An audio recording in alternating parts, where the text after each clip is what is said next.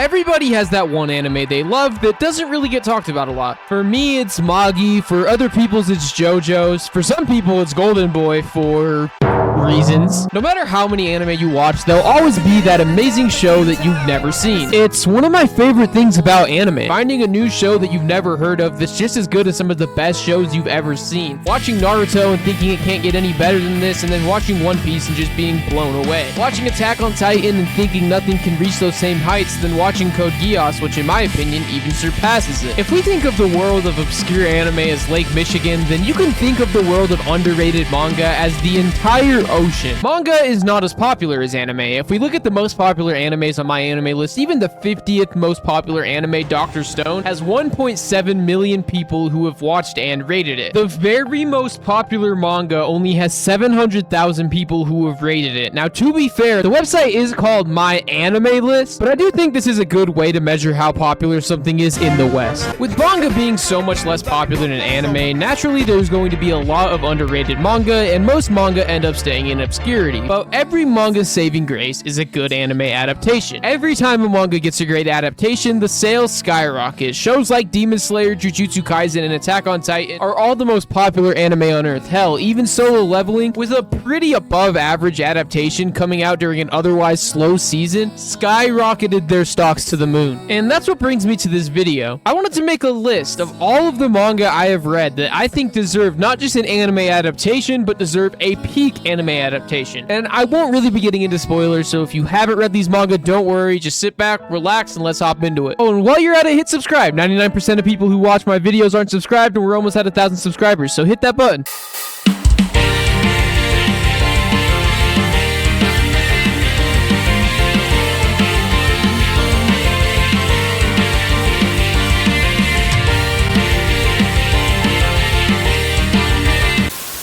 Oftentimes, some of the biggest anime on earth are kind of formulaic. Demon Slayer being a vampire revenge story. Yes, I said it, Demon Slayer is just vampires. Jujutsu Kaisen is Naruto mixed with Bleach, and Attack on Titan is Code Geass with Flesh Mech. Okay, obviously I'm exaggerating a little bit, but the point is the biggest anime and manga on earth are always kind of similar to each other, a little formulaic. And that is exactly why I think Gachiakuta can be the biggest anime on earth. Gachiakuta is about a society that is full of trash.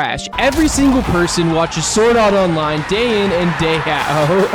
Alright, I'm just kidding. This is a society that runs on trash. That's right, isekai fans. The world has finally moved over to the isekai standard. Our main character, Rudo, is framed for his uncle's murder. And because of this, the townspeople throw him into a seemingly bottomless pit where they throw away all of their garbage. When Rudo reaches the bottom of the pit, he's presented with this crazy trash-ran world where trash monsters and people strong enough to fight those monsters live while cursing the people above. You see, in this universe, when you really care about an item and take good care of it, it's given a soul and in turn becomes a powerful weapon. But since most people in this world don't value things and just throw them away, only a select few people have these special abilities. From walking canes all the way to umbrellas, any item given enough love can become a deadly weapon in this world. And for our main character, Rudo, it's a pair of gloves his uncle gave him. He unlocks the ability to turn anything he's touching into the strongest possible weapon it can be, all the way from a steel pipe turned into a sword, to chains that he uses as whips, all the way to a tire that he turns into the most fucked up Mario Kart item you've ever seen. His goal is to get revenge on the guy who killed his uncle. From the great power system, the banger character designs that leave a lasting impression on you, the amazing art style, and the standard revenge story plot, I think all comes together to make the perfect recipe for an enormous anime. If this one can get a great adaptation, it will be the biggest anime on earth. I would love to see like a Studio Trigger Gurren Lagann adaptation for this. It would be so great.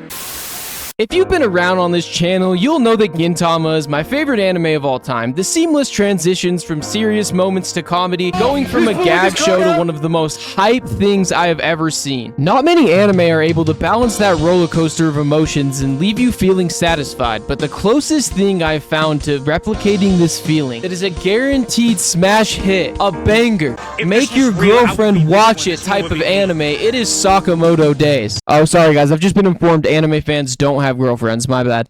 With the trailer for the Sakamoto Days anime dropping recently, I am a little bit late to this train, but let me tell you guys, if this show gets an even semi-decent adaptation, it will be bigger than any anime to come out in the last 2 years. Sakamoto Days is a manga about Taro Sakamoto, the world's greatest assassin. Nobody could stand in his way. He left the business, got married, and got fat. Well, as you know, if you leave the assassin business, they don't really take that lightly. The first part of this story follows Mr. Sakamoto as he runs a convenience store as his old life as a hitman slowly catches up to him. It has everything you could want from an anime. It starts off very similar to a feel-good show where it's mostly episodic while picking up some characters along the way. If I were to describe this anime, it would be Gintama mixed with Spy Family. This show has funny moments while also having some of the best choreography in any manga. It's super easy to follow all the panels and see what's going on in the fight, so all the pieces are there for this anime to have great action. So this is the most can't fail anime that's come out in the past few years. There's no way anybody can mess it up, right? Right? Damn it, Netflix, you've done it again. Netflix's reputation when it comes to anime isn't great, whether it's awkward release schedules or just downright making terrible adaptations, and I would be lying if I said I wasn't a little bit worried. With the trailer for the anime coming out, we gotta look at some scenes, and it looks fine. And that's the problem. The animation looks so fine and nothing out of the ordinary, and I just strongly believe that this show needs a good adaptation. It has potential to become this generation's new gateway anime. Dragon Ball Z, Naruto, Attack on Titan, Demon Slayer, all animes that have got people into the medium throughout the years, and with the great action, unforgettable characters, fun moments, and unexpectedly insane plot developments, this anime has a little bit for all fans of the medium, and I really hope they don't mess this one up.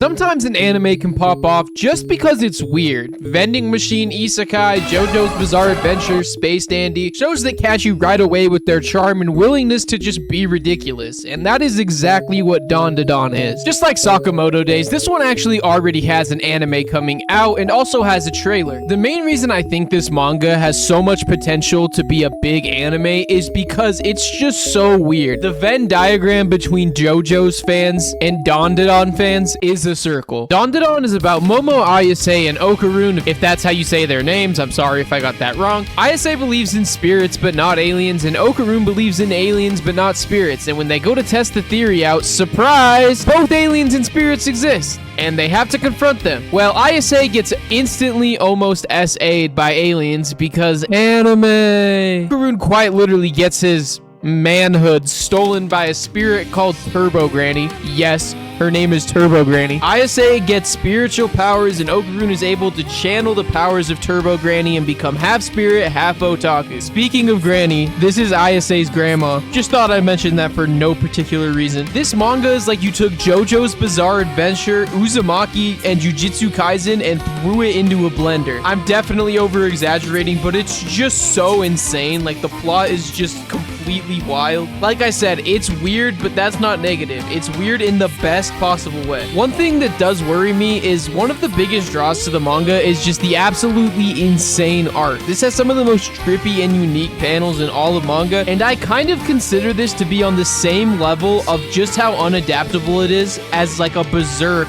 or a Vagabond. So I don't know if they'll be able to translate that charm into the anime, but the animation does look great. So for now, my hopes are high.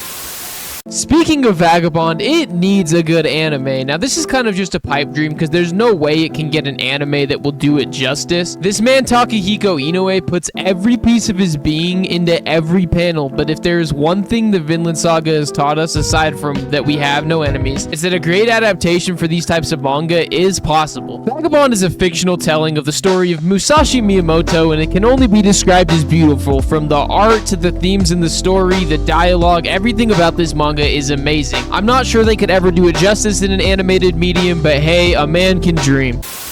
Now, I've been talking a lot about battle shonen anime, and why wouldn't I? All of the most popular anime on Earth are considered battle shonen, but let's move away from that. There are many manga outside of that category that need more recognition. Some manga just don't work as well in anime form as they do in manga form, and this oftentimes stops studios from taking that chance on them and trying to make something great. Goodnight Pun Pun, with the dark and gritty story and juxtaposition of the way they draw Pun Pun and his family, is a much more daunting task to try to make work in anime medium than just a generic battle shonen. Goodbye Airy and the unique use of panels without dialogue to convey small movements and the feeling of never knowing if you're watching the movie or seeing them film it could not be conveyed through animation. The reason I say all that is because studios often go for safe shows, their 5th generic isekai of the month, easy romance anime, and that is why it pisses me off when I see 20th Century Boys doesn't have an anime when they have animated 2 of Urasawa's other works, and both of them were insanely well received. 20th Century Boys is not a tough project to animate. There's not a whole lot of crazy moving action or fluid fights. It is just a great mystery story. The manga is about Kenji and all his friends who visit their hometown for the funeral of one of their childhood friends who took his own life. But as they start to look into the reasons behind his death, they realize not everything is as it seems on the surface as they start to uncover a grander conspiracy and even save the world. Or so it seems. I don't want to say anything else because I don't want to spoil any more of this manga for anybody. I highly recommend this one and I pray this gets an anime one day. Well, that's it for this video, guys. Thank you for everybody who made it to this point in the video, and I'm sorry it took me so long to get this one out. I should have more videos coming soon, and I appreciate all y'all. Peace out.